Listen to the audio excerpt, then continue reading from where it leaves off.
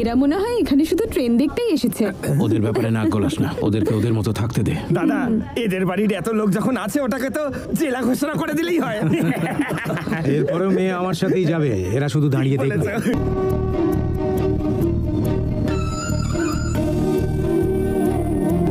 এই যে আমি। আয় নেমে আয়। চল। কেউ কোথাও যাবে না, আমার সাথে চল। কোর্টের আদেশ মনে আছে তো? দীপা আমাদের সঙ্গেই থাকবে, মাসে শুধু একবার তুই ওর সঙ্গে দেখা করতে পারবি। মাসের সেই দেখা করার একদিন তাহলে আজকেই চল। তুই হাত ছাড়, ও গেলে শুধু আমার সঙ্গেই যাবে। আমি চাইলে তোকে এখানেই পুঁতে ফেলতে পারি। একবার চেষ্টা করেই তো দেখ। এই আমার মাথা গরম করাস না বলছি। ছেড়ে দাও। করছো কি তোমরা? বিয়ে দিয়ে দিতে চাও তো?